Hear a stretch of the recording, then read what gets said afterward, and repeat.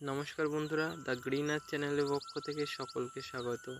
আমি জয়দীপ। আজ ছাদ বাগানে করার মতো উপযুক্ত একটি ফলের গাছ থাই মিষ্টি কামরাঙা নিয়ে চলে এসেছি আপনাদের সামনে।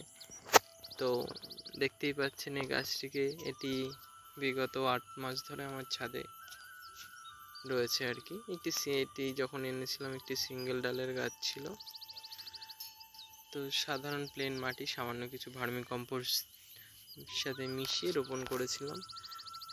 তারপরে আর সেমন কোনো খাবার দিইনি। 3 মাস যেতে না যেতেই গাছটি দেখতেই পাচ্ছেন একটি ডাল থেকে অনেকগুলি ডালে রূপান্তরিত হয়েছে এবং অক্টোবর মাস থেকে এই গাছটিতে ফুল আসা শুরু হয়।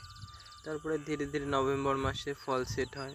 আপনারা দেখতেই পাচ্ছেন আগের ছবিগুলোতে কিভাবে গাছটিতে গাছ ভরে ফল এসেছে এবং তারপরেও এই ছবিটি 1 মাস পরে ফল ঝরে যাওয়ার পরে শীতে সব পাতা ঝরে গেছিলো।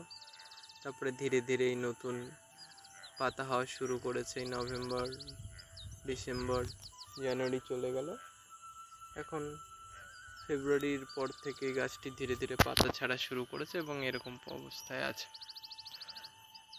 এখন সাধারণভাবে এই গাছটিতে একটু মিক্স সার দেবো মাটির সাথে মিশিয়ে, ব্যাস এটুকুই।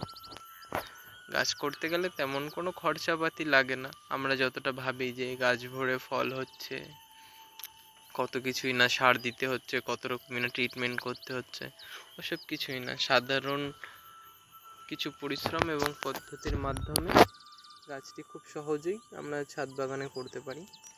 তো সব কিছুর মূলে রয়েছে জাতটি সঠিক সংগ্রহ করা। তো কোনো একটি খ্যাতিনামা বা কোনো একটি ভালো নার্সারি থেকে গিয়ে থাই মিষ্টি কামরাঙার জাতটি সংগ্রহ করতে পারলে অবশ্যই সকলেরই হবে এবং এটি খুব সুন্দর লাগে যখন গাছ ভরে ফল সেট হয়। আর এটিতে 12 মাসই দেখতে গেলে ফুল ফল থাকে।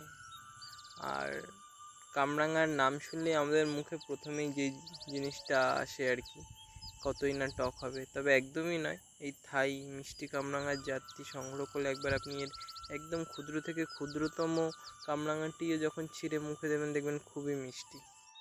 তো ভয় পাওয়ার কোনো কারণ নেই।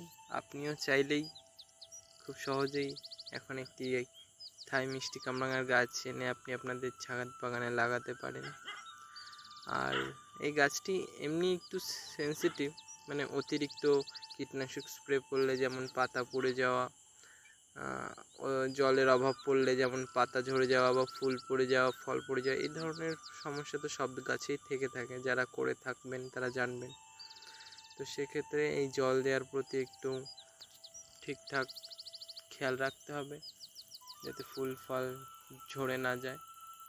আর তেমন কিছুই না। আর আমি তো রয়েছি, কোনো রকম সমস্যা হলে কমেন্ট বক্সে জানাবেন, আমি যথাসাধ্য আপনাদের সাহায্য করার চেষ্টা করব। ধন্যবাদ।